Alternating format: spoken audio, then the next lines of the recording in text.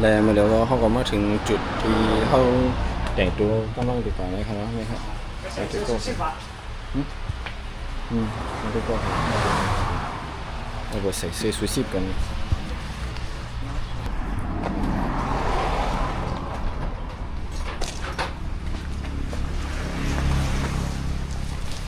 หมวกยังใส่ก็ไรอยู่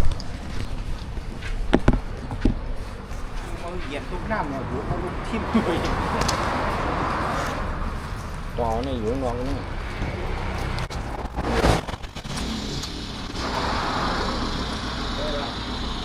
ใส่ก็ได้ขนมถามห้องหนู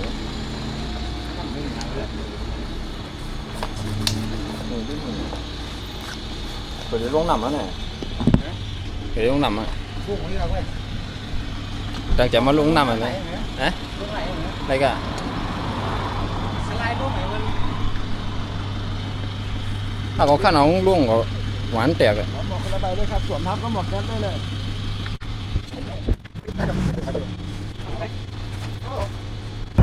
นี่ครับเนาะจะขี่รถดีกว่านะอากาศสามก็เบา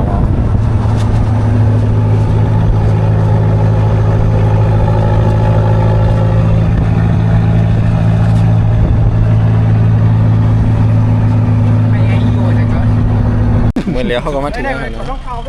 ในกันกันแล้วเขามาทีมเดินเขาทีมเนี่ยนำเลยปฏิยาไว้มันมาเป็นกูด้วยถอดรองเท้ามาน่ะเดี๋ยวดิพี่ครับเดี๋ยวเอารถคันนี้มารับเหมือนเดิมใช่ครับจะถอดรองเท้าไว้รองเท้าถอดรองเท้าไว้กันไหนครับเนาะกำบนเรือนกำแค่ลำบากเลยเดี๋ยวรองเท้าฝากรองเท้าด้วยนะครับได้ครับเดี๋ยวขันรอด้านหน้าจะพูดนะครับ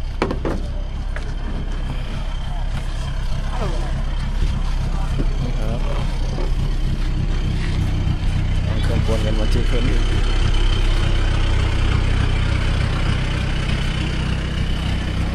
พี่มา3เฮ้ยทางลงมันฝั่งนี้ลูกเห็นเรียนดับซื้อดีมาทางไหนพ่อก็เดี๋ยวซื้อบันเพื่อนน่ะ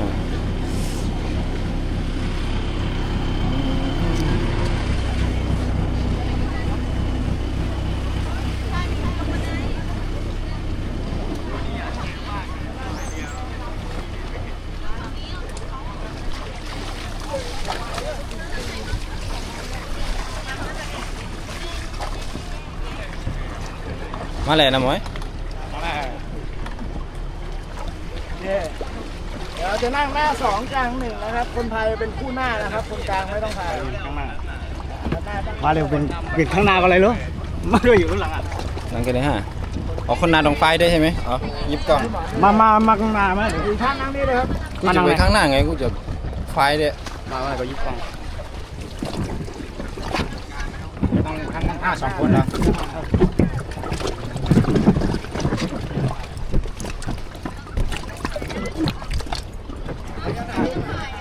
ครับ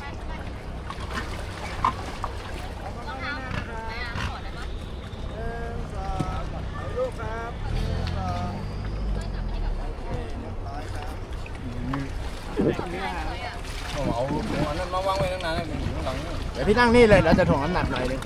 อ๋อนะนั่นมาแล้วนะกระเป๋ากันแต่เอาถุงมาไว้นานเลยนั่งหลังก็ได้พี่ไอเอ็มนั่งหลังอ่ะเอาถุงมาไว้นานเอาถุงมาไว้นานไปไหนนานมั้ยเอ็มกลับมา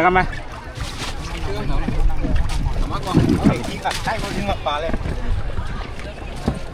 มันเมาใช่ไหมนี่ครับเรากำลังไปแล้วนะครับเดี๋ยวก่อนล่อเขาก็ให้เดี๋ยวไม่มีเพื่อนนี่นะครับไปกัน3คันนะครับคนอื่นด้วยกับป้าของนาที่ไหนเต็มที่น้องใช่เหวียนทั้งน้าแน่เป็นดิระดับมืออาชีพเลิกไงมึงก็อยู่มึงก็รู้ข้างหน้าจะเป็นสารที่คนน่าจะเยอะอยู่นะเนาะพี่เนาะระดมมากเราพี่เราไม่รู้ใครก็ได้พี่ เจอกิ่งไม้ต้มไปด้านหน้านะครับพี่อย่ามือไปอย่างครับต้มอย่างเดียวนะครับ ครับผม ถ้าเรือชนจับเชือกข้างเรือนะครับพี่ให้เรือเป็นคน ดูชวนหายเฮ้ยมึงยิงกองดิ ระวังตกเรือนะพี่ว้าวรถชิ้นมันพุ่งน้ำจะแรงนิด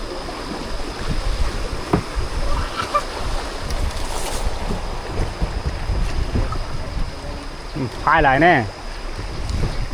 ไอเด่มพายแน่มาก เฮ้ยไม่ ไปเลยพี่ ไม่ดีอ่ะ ไม่ครับ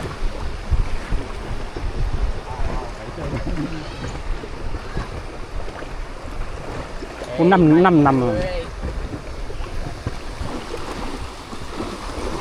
ได้ก็ระวังเขาระวังเรือครับ นี่ไหนครับ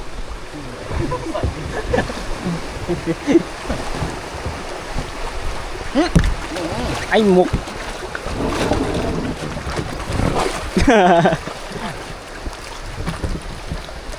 เรียกว่าหมาแล้วนะ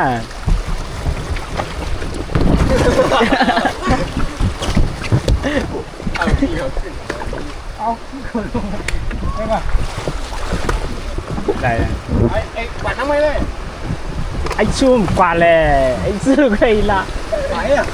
พายเลยพายแล้วมันพายมาดีหูกวางข้างอ่ะไอ้มีกิ่งไม้ระวังเด้อระวังกิ่งไม้นะ ไม่ทำตามไม่เลยเหรอ เขาเหยียบแล้วมันก็สายก็ เหมือนพี่เข้ามาเรียนมันน่ะ ลูกป้าผู้หญิงไงเดี๋ยวแฉยี่ก็อ้องเองเหรอ เนี่ยเขาเอามาไว้จะเขานักเลยนึกว่าเบาจะไว้กว่า ไอ้ระวังไปชนเหล็กไอ้จีเหี้ย ต้องไปมาดิเดี๋ยวชวนเด็ก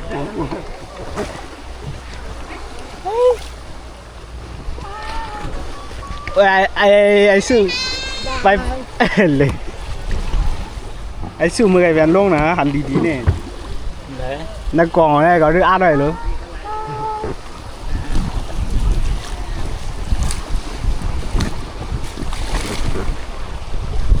ก็ต้องดูมาไว้เหรอ ครับไอ้นี่เว้ยเหรอเนาะ อารมณ์น้ำเจียวดีเนอะก็ได้ไอ้ดวงอ่ะ ไอ้เดี๋ยวหัวย่างเลยเหมือนวะ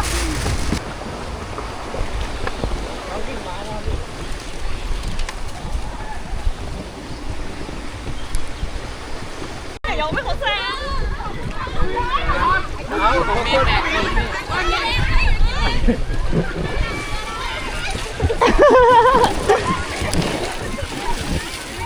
รับเลยไอ้เขา เราแข่งกันกับงูจวดเอางี้นะจวดเนี่ยก็เดี๋ยว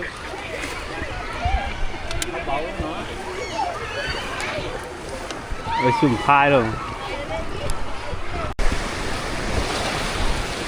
อันนี้อะไรมดอ่ะ แน่ว่าไอ้ดิบมากหรอกนะ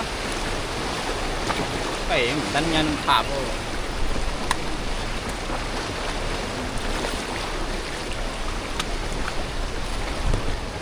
แต่ก็เขาไว้นั่นแหละ เอามาเดี๋ยวแกก็เอาหอดมาทั้งกลางไม่เอา อาตีเขามาฮอนด้วยมันน่ะเดี๋ยวเยาวันไหนเนี่ย อีกโทมือวันนั้นเนี่ย ฮะ โทมือวันนั้นนั่ง น่าเขาเรียนไงตั้งใจวุ่นไก่ไม่ลมมันนู่น ที่นี่วันนั้นมีปิดจริงใช่ไหมอะไรก็พัด แต่ก็หาเดี๋ยวป้ายเนี่ยนี่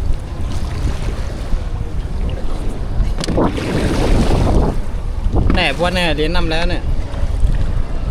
เรียนมาเคยเรียนก็ ครับผมเรียนดีสไลเดอร์นั่นเนี่ย เรียนดูสไลเดอร์ อันที่กับ นะ ลุงหวาค่ะ เดี๋ยวมันมีกิจกรรม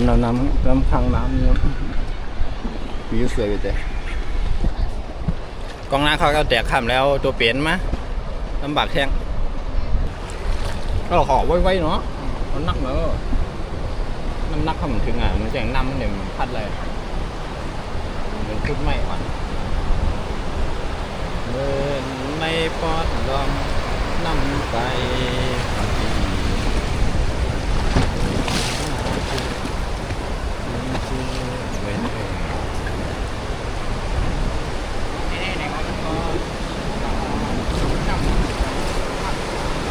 โดนนำหาไม่ต้องนำ โอ้ย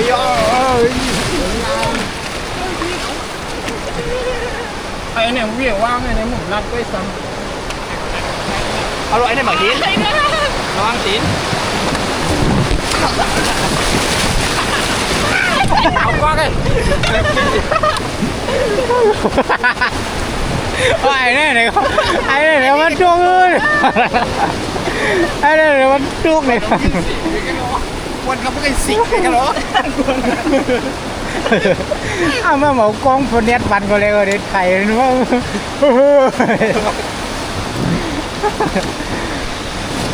เน็ตกินเลยต้องหยาบไม่ได้ไหมมันตีนั่นแหละเดี๋ยวมาถึงจุดสไลด์กัน ไม่เลยก็เดี๋ยวเลี้ยง มาถึงจุดสไลเดอร์นะครับสาระอะไรใช้โต๊ะอะไรนะแถวอะ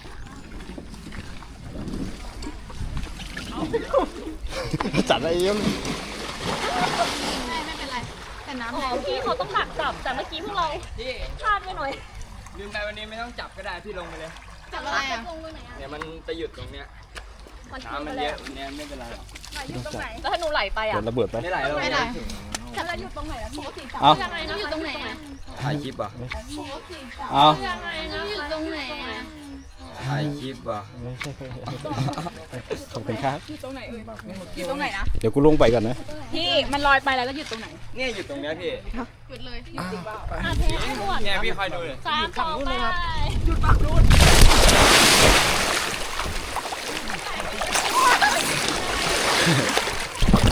ไม่กล้าหายนะพี่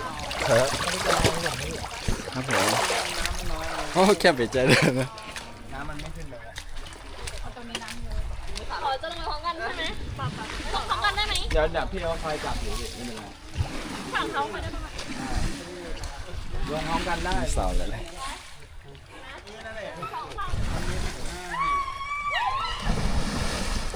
เฮ้ยสลักแค่ ระวังนะปากจระเข้อยู่ข้างล่าง เก่งคอไว้ไม่หล่นหน้า ถ้าเก่งคอไว้อะเอาคอขึ้นหรอเขาหน้าไม่ลง ระวังน้ำเข้าจมูก ไม่มั่นใจก็บีบ เอา จมูกไว้ มีเพื่อนมาอีกแล้ว เดี๋ยวไปกันชุดใหญ่เลยด้วยแต่คนไฟมีคนเดียวอะน่าจะหยุดยากเนอะหยุดได้สบาย หล่นเหรอเมื่อกี้แล้วทำไมเขาไม่หล่นฉันไม่ได้เก่งคอไงเขาเก่งคอไว้ ต้องนอนหรือต้องนั่ง นั่ง เอาหน้าลงยังได้เลยพี่ อุ้ยใครอะ ได้พี่ เอาหน้าโดงได้ แต่พี่ระวังน้ำเข้าจมูก เดี๋ยวหน้าลงไปดิหน้าลงไปดิ น่าลงไป แม่งกูไม่รู้ว่าโทรศัพท์กูอยู่ติดตัวกูเลยเนี่ย ลงแหละมีผลลงมาแล้ว สุดยอดเลย ไปแบมเฮ้ย ยูแอบกันแน่ๆวะ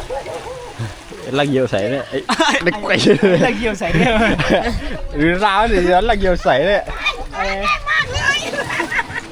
น้ำเยอะไอ้ลิ้น ไม่รอลุงเอ๋นะ ลุงเนี่ยน้ำไม่เกิด กูเนาะเนี่ยเมื่อไหลลงหวังไตเนี่ยนั่นไหลออกก่อน ได้เลย เขาฉีกอกอ่ะได้บวชเลยครับ ลงมา1 2 3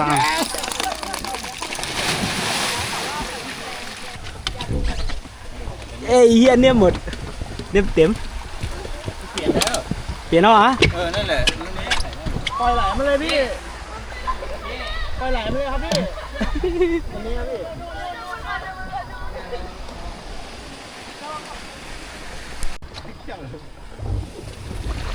น้ำเข้าได้ไว้มันรู้สึกน้ำเข้าด้วยทั้งหนามันมัวหรอกกองมันมัวมีพาเจ็ด ลงไงบ้างอะแรกเขาถ่ายมาไว้ได้ ไปกับลุงเรียนไถ่ก็ได้ยังไง เออ น้ำดื่มวะเฮ้ยดูสับมือเดี๋ยวขัด ชิดขวาไว้นะครับพี่ ขวาครับพี่ อ๋อครับ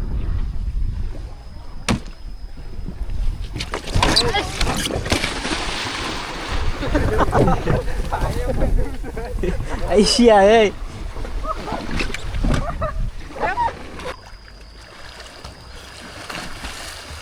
มานี้นะพี่ เฮ้ยดูเร็วๆหน่อยลุยเอ้ยอะไรวะ ถ่ายภาพไม่ได้น้ำมันปิดถุง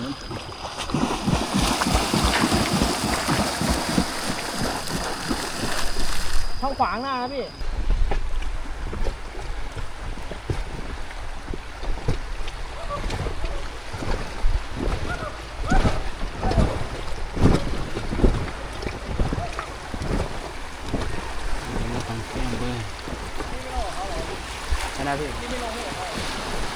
ไม่ลงแล้วพี่ไม่เป็นไร